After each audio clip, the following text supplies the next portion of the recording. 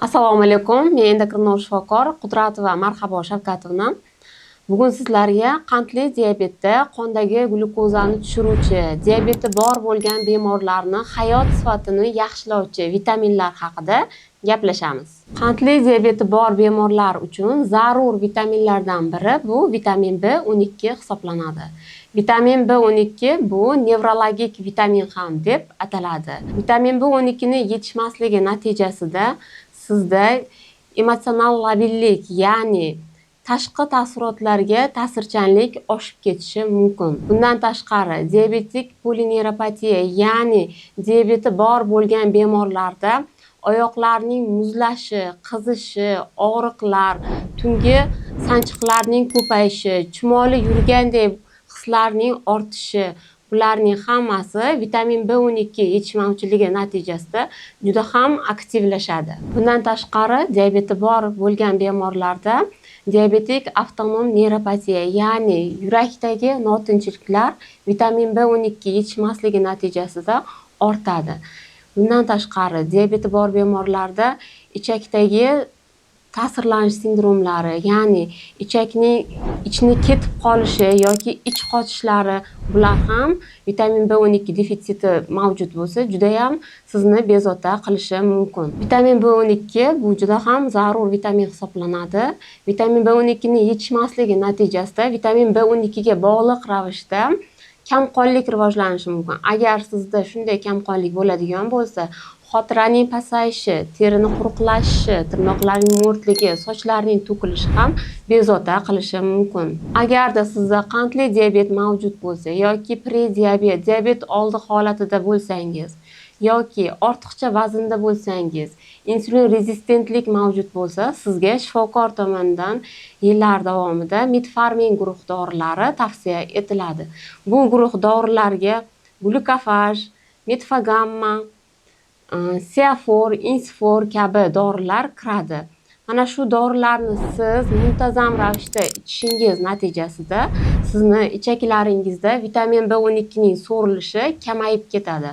Mana shunday holatlarda siz vitamin B12 ga qon topshirgan holatda uni darajasini tekshirtirishingiz zarur. Agarda sizda vitamin B12 ning defitsiti aniqlanadigan bo'lsa, unda albatta bu defitsitning o'rni qoplanishi kerak.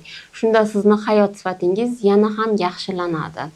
Buning uchun vitamin B12 ni har xil shakllari, ya'ni tabletka holatda, kapsula holatda, bundan tashqari plastinkalar tilni ostiga so'rish uchun shunday shakllari va ukol holatda mavjud. Albatta bu sizni qondagi vitamin B12 ngizning darajasiga hamda yondosh kasalliklaringizning holatiga qarab turib shifokor tomonidan buyuriladi.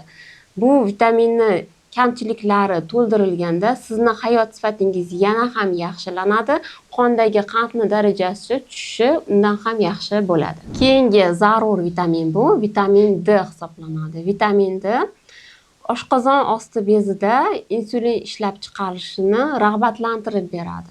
Bundan tashqari, insulin rezistentligi mavjud bo'lgan insonlarda insulinga nisbatan reseptorlarning sezuvchanligini oshirib beradi. Bundan tashqari, vitamin D ni normal holatda bo'lishi bu ichaklaringizda kalsiyni so'rilishini yaxshilaydi. Bu o'z navbatida sizlarni suyak sistemangizni baquvvat qiladi, tishlaringizni mustahkam qiladi. Bundan tashqari, vitamin D qalqonsimon bez gormonlarini normada ishlashi uchun juda ham zarur. Albatta, qalqonsimon bez gormonlari normada ishlasa, sizning hayot sifatingiz juda ham yaxshilanadi. Bundan tashqari, immunitetni ko'taradi.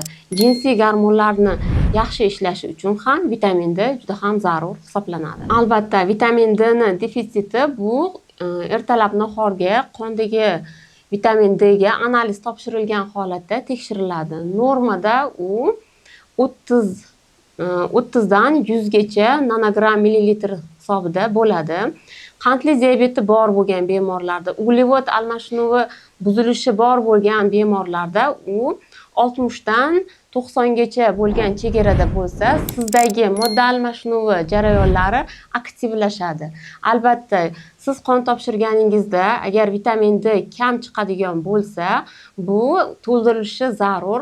Faqatgina u sizni qo'shimcha yondosh kasalliklaringizga qaragan holatda dozalari belgilab beriladi. Bunda agarda sizda jigarda muammolar bo'ladigan bo'lsa, vitamin D kichkina dozalarda muntazam ravishda berish tavsiya etiladi.